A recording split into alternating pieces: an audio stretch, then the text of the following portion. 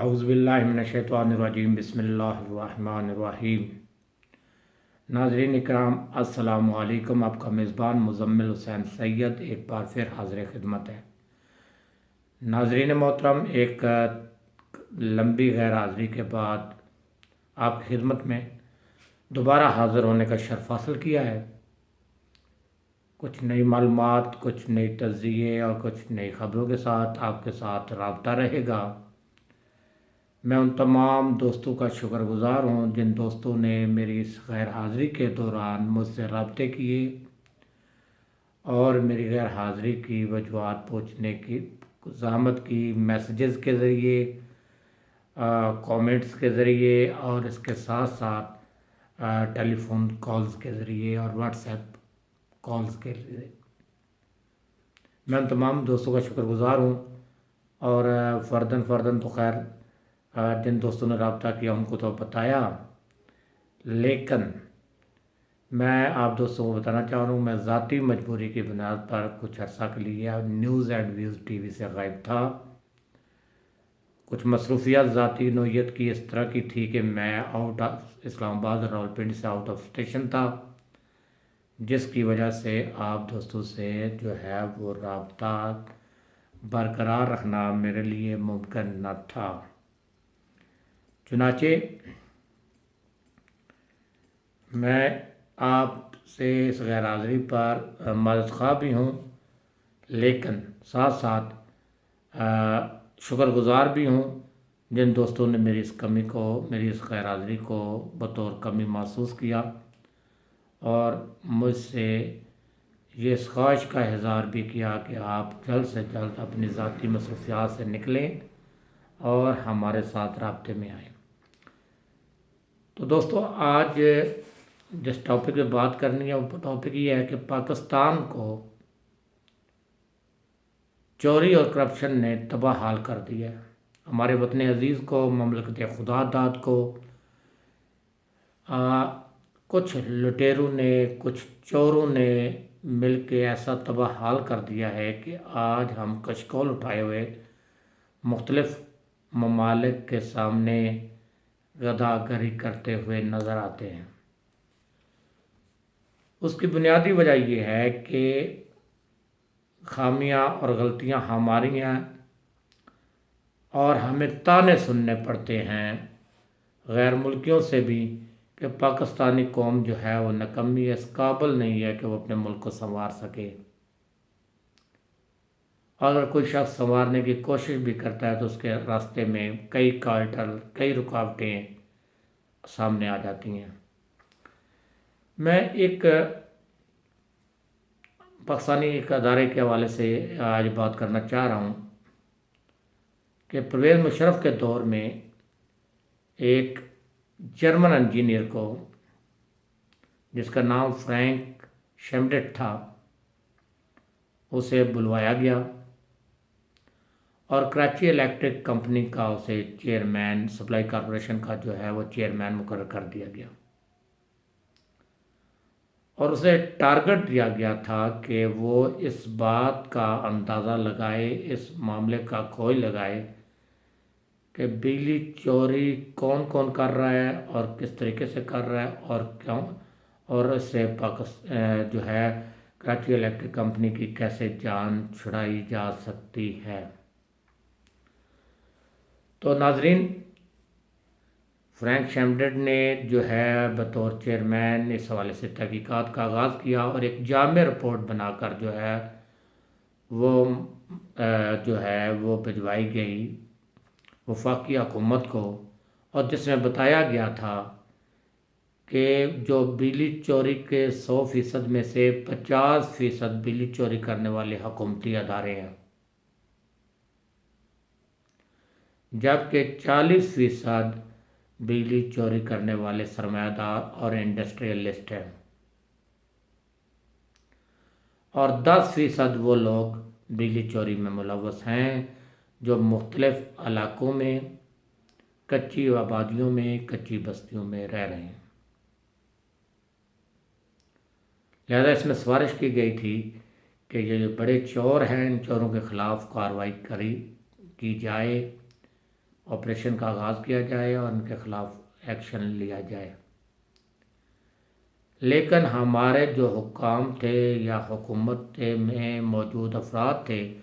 ان کی سنجیدگی کا اندازہ اس بات سے لگایا جا سکتا ہے کہ انہوں نے کہا کہ ٹھیک ہے، بجلی چوری روکنے کے لیے اقدامات ہونے چاہیے اور اس پر جو ہے وہ آپریشن بھی ہونا چاہیے، لیکن اس آپریشن کا آغاز جو ہے وہ نیچے والی سطح سے ہونا چاہیے، یعنی جو 10% بجلی چوری کرنے والے لوگ ہیں یا غریب ہیں، مسکین ہیں، کچی آبادیوں میں یا کچی بستیوں میں رہ رہے ہیں، ان سے آغاز کیا جائے۔ جبکہ فرینک شیمڈٹ کا موقف یہ تھا کہ اگر 50 اور یہ 40% یعنی حکومتی ادارے یا یہ جو نجی ادارے اور حکومتی ادارے جو اس بجلی چوری میں ملوث ہیں ان کو، اور یہ انڈسٹریلسٹ ہیں ان کے خلاف اگر کارروائی کر لی جائے تو 10% کو تو مفت میں بجلی فراہم کرنے سے بھی ادارہ نقصان میں نہیں، خسارے میں نہیں جائے گا، بلکہ ان کے ساتھ ایک حسن سلوک یا ایک بہتر انداز میں ان کے ساتھ ٹریٹ کیا جا سکتا ہے، انہیں ترغیب دی جا سکتی ہے، ایک فکس بل بھی بنایا جا سکتا ہے ان کے لیے، جس سے وہ اس قسم کی اقدامات سے بھی باز آ جائیں گے اور حکومت کو بھی کچھ آتا رہے گا۔ لیکن وفاقی حکومت اور صوبائی حکومتیں اس پر بضد رہیں کہ یہ ایکشن ہونا چاہیے، لیکن ہونا چاہیے کچی آبادیوں سے، یعنی غریبوں سے، یعنی ان لوگوں سے جو بل ادا کرنے کی پوزیشن میں نہیں ہیں تو وہ بجلی چوری میں ملوث ہیں، لیکن ان لوگوں کے خلاف کارروائی نہیں ہونی چاہیے جو حکومت سے بجلی کے بل کا بجٹ بھی لیتے ہیں اور بجلی چوری کی بھی استعمال کر رہے ہیں، اور ان انڈسٹریلسٹ کے خلاف بھی کارروائی نہ کی جائے ابھی، جو زیادہ تر ہمارے سیاستدانوں پر مشتمل ہیں۔ چنانچہ جب حکومت اس بات پر زور دیتی رہی، بضد رہی کہ جو ہے وہ کچی بستی والوں کے خلاف ہی کارروائی کی جائے، تو اس کے بعد ایک دن جو ہے وہ شیلٹن ہولٹر سے اپنا بوریا بستر گول کر کے جرمن جو ہے انجینئر فرینک جو ہے اس نے اپنا بوریا بستر باندھا اور اس ملک کو خیر آباد کہتے ہوئے اپنے ملک روانہ ہو گیا،